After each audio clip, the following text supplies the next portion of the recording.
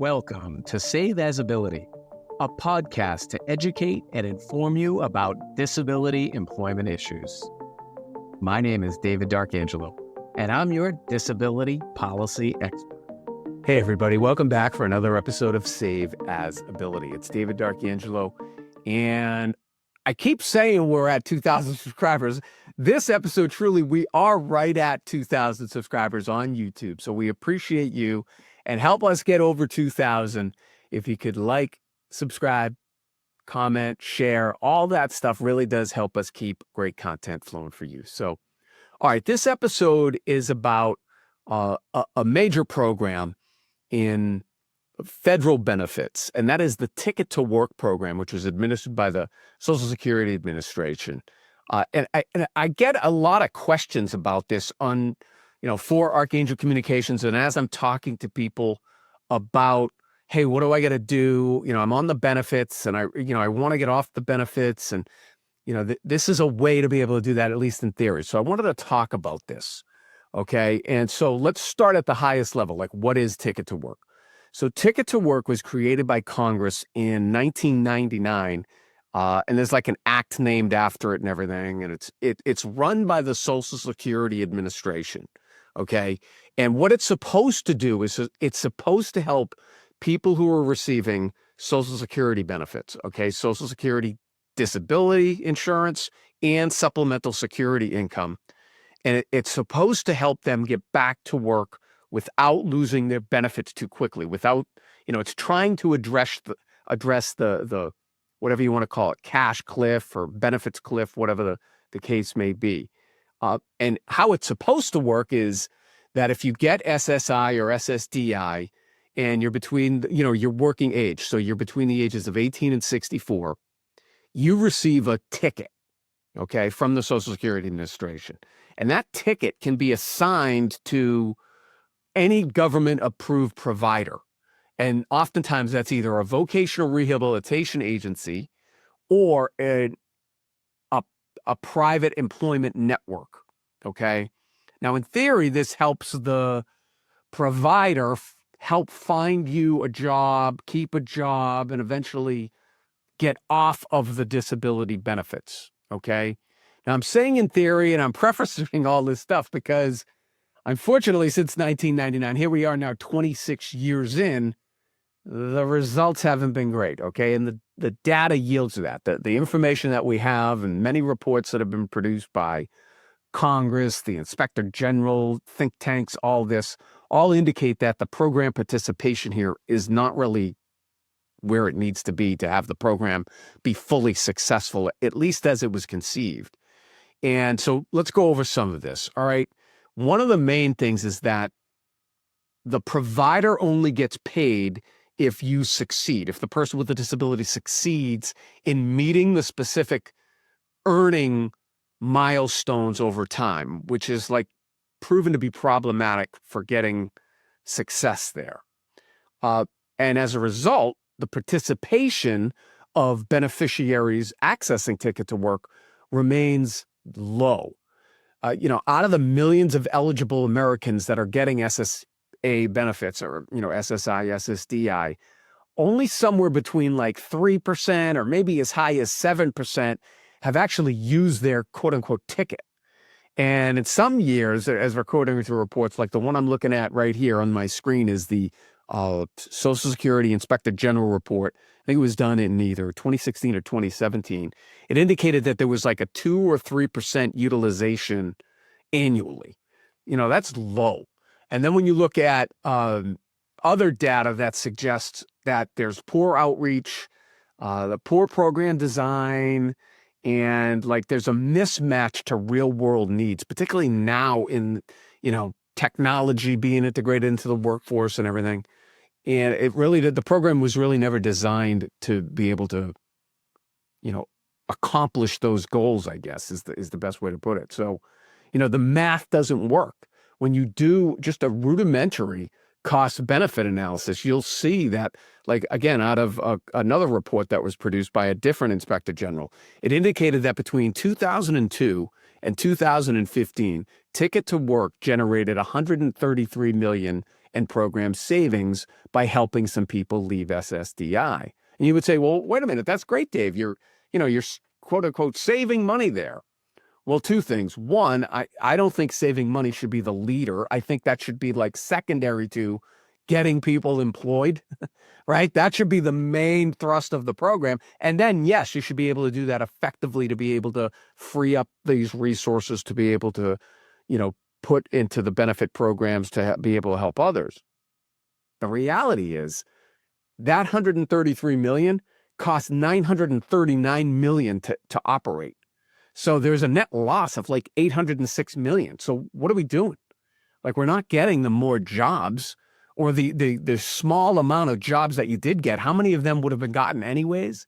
So it's kind of a lose-lose in that regard. Like, you're not benefiting the people with the jobs, and it's costing more money than the program is creating. So again, that's an issue.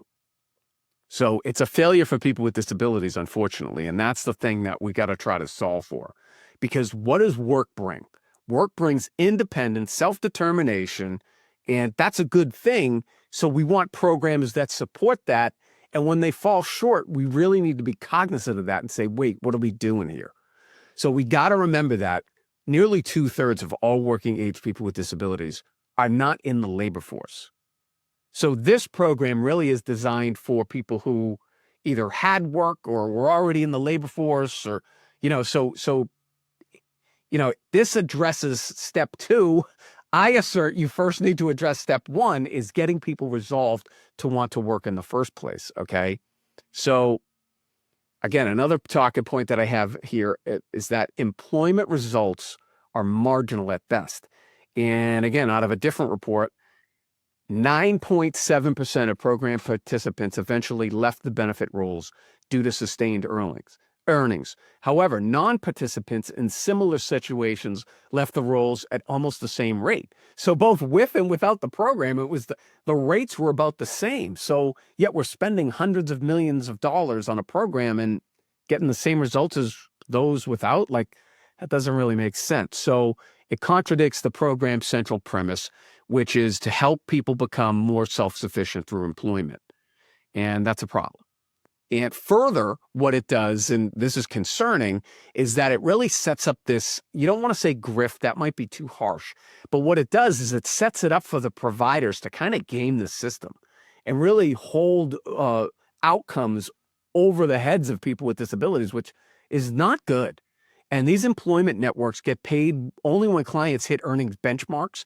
So it's like this perverse incentive, and what happens is they end up like creaming.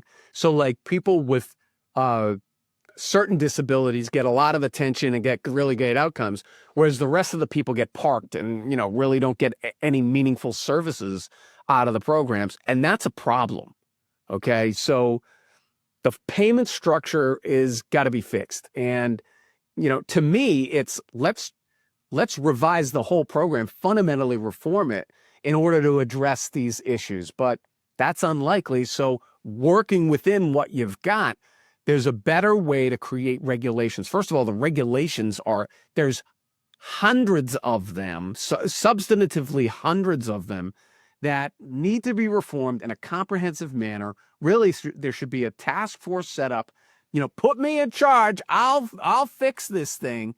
One of the reasons why, if you Google my name, though, and bad things come up to make it look like I'm a bad guy, is because I was taking this on.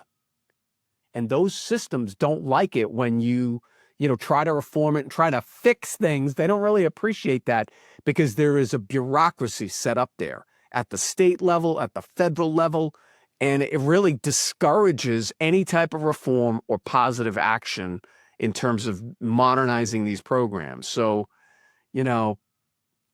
it's complex. There's a lot of ins and outs here, and you're using Social Security, which is a big labyrinth of bureaucracy, both on the federal side with federal employees, but then also with the contractors that they employ through their various contracts and, other programs. So, there's overpayment, there's, the whole benefit cycle, and the cliff effect still remains, which is problematic. And that's what the whole thing was put in place to solve for in the first place. So, like, what are we doing?